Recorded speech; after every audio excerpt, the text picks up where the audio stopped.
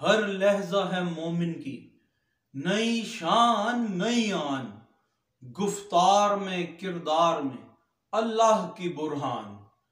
गफ्फारियो कहारियो कुद्दूसियो जबरूत, ये चार अनासिर हों तो बनता है मुसलमान।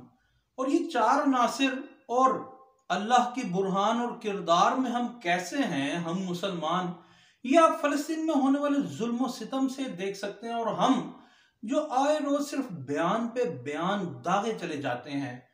पिछले दिनों आपको बताया था कि शायद खाकम बदहन हम इंतजार कर रहे हैं कि कम से कम 5 मिलियन फलस्तीनी शहीद हो जाएं गजा में और पूरे फलस्तीन में, तब हमें होश आएगा और तब हमें ये पता लगेगा कि ये जंग अब सिर्फ फलस्तीन की नहीं बल्कि खित्ते की बन गई है। और वो बनती भी जा रही है। लिबनान पे स्ट्राइक, जो ड्रोन स्ट्राइक हुए हैं इसराइल की तरफ से, और जो वो दांत खट्टे करने की धमकियां दे रहा है। मगर हमारे किरदार में जो अल्लाह की बुरहान है, खास तौर पे उन लोगों के किरदार में जो खुद को अलमबरदार इस्लाम कहते हैं। मैं खास तौर पे राइटिस्ट लोगों की बात कर रहा हूँ, राइट विंग की जमातों की बात कर रहा हूँ। हमारे जो जय्यद आलम दीन हैं, जो सियासत में भी हैं, मैं किसी का नाम नहीं लूंगा क्योंकि आप सब लोग जानते हैं कि यहाँ पे कितनी बड़ी बड़ी मजहबी सियासी जमातें हैं जो सियासत में अपना अमल दखल असर और रसूख रखती हैं। इन लोगों ने, तमाम लोगों ने सिर्फ बयान दागे हैं कि और रैलियां निकाली हैं फलस्तीनियों के हक में और इजराइल के खिलाफ। मगर जनूबी अफ्रीका जनाब, जिसने आलमी अदालत इंसाफ में जेनोसाइड का, जो इसराइल की तरफ से फलस्तीनियों की नस्ल कुशी की जा रही है, केस किया था, जिसके जवाब में इसराइल ने आलमी अदालत इंसाफ में एक पिटीशन फाइल किया कि जनाब इसको मुस्तरद किया जाए, इसमें कोई सदाकत नहीं। वो कल आलमी अदालत इंसाफ के 17, वो जो बेंच है 17 रुकनी, उसमें से 16 अवेलेबल थे जजेस।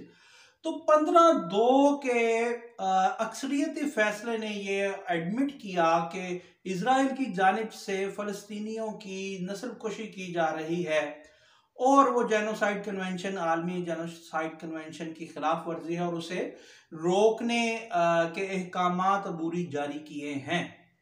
और वहां गया कौन? वहां गया जनूबी अफ्रीका। और उस पर हम लोग, अब तमाम लोग मीडिया पे आकर के तमाम पॉलिटिकल स्टेक होल्डर्स, खास तौर पे राइट विंग की जमातें भी बड़े जनाब शादियाने बजा रहे हैं कि इंसाफ का बोलबाला हुआ, ये हुआ, वो हुआ। मगर हम किस किस्म के मुसलमान हैं कि हम लोग, ये तमाम मजहबी जमातों ने या तमाम सियासी जमातों ने भी उसमें बशमूल कर लीजिए, ये सुप्रीम कोर्ट ऑफ पाकिस्तान पे जब इनके कोई हक में फैसला नहीं आया, किसी के इन्होंने नुक्ताचीनियां की और इन्होंने ऐसी ऐसी लाफ गजानी की, हर्जा सराई की कि जनाब सुप्रीम कोर्ट को भी उसका नोटिस लेना पड़ गया। इन्होंने जनाब एस्टेब्लिशमेंट का, अगर इन्हें कोई बात पसंद नहीं आई तो ये तमाम पॉलिटिकल स्टेक होल्डर्स ने और दरमियान में ही बाशमूल मजहबी सियासी जमातों ने वो एस्टेब्लिशमेंट का और आर्मी चीफ के, साबिक आर्मी चीफ के लिए या मौजूदा आर्मी चीफ के लिए, जिस भी पॉलिटिकल स्टेक होल्डर को कोई बात पसंद नहीं आई एस्टेब्लिशमेंट की, क्या क्या बातें नहीं की। ये माजी भी इसका गवाह है और हाल भी इसका गवाह है कि इदारों को फिर उसका नोटिस लेना पड़ गया कि इस किस्म की बयानबाजी नेशनल इंटरेस्ट को हर्ट करने वाली तो करनी नहीं चाहिए। मगर ये तमाम लोग रैलीज निकालते रहे फलस्तीन के हक में, इसराइल के खिलाफ। खास तौर पे मैं फिर से कहता हूँ, ये मजहबी सियासी जमातें, इन्होंने ये क्यों नहीं कहा, अगर इनका इंटेंशन वाकई यही था कि जनाब फलस्तीनियों की जेनोसाइड रुकनी चाहिए, इन्होंने ये क्यों नहीं कहा गवर्नमेंट ऑफ डे को, ये जो निगरान गवर्नमेंट है, इसको ये क्यों नहीं कहा कि ये ICJ में क्यों नहीं जाते, इंटरनेशनल कोर्ट ऑफ जस्टिस में क्यों नहीं जाते, जिस तरह जनूबी अफ्रीका गया, ब्राज़ील और कई ममालिक ने इसकी वो मजम्मत की है शदीद अल्फाज में इजराइल की, जो वो गजा में कर रहा है।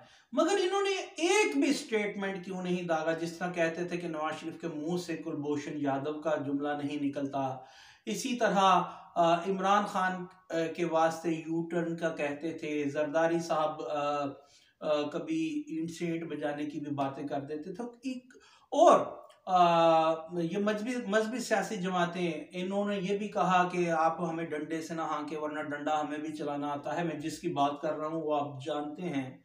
ये क्या क्या नहीं कहते रहे। इनमें से किसी ने एक फिक्रा ये क्यों नहीं कहा, अगर ये वाकई मुसलमान होने का हक अदा करते हैं, जो वोट मांगने के लिए तो इस्लाम सामने ले आते हैं, तो ऐसा क्यों नहीं कहा कि निगरान हुकूमत को कि जनाब ये आलमी अदालत इंसाफ में जाए। किसी एक मजहबी सियासी जमात ने ये नहीं कहा, मगर हम जमीन व आसमान के कलाबे जरूर मतलब मिलाते हैं। और वोट मांगने के लिए माजी में भी हमारी तारीख गवाह है और हाल में भी, और शायद शायद बड़ी ही बदकिस्मती की बात है कि हमें मुस्तकबिल करीब में भी ये जनाब ये फेस करना पड़ेगा कि एक मजहबी कार्ड इस्तेमाल किया जाएगा सियासत में, और किया जाता रहा है।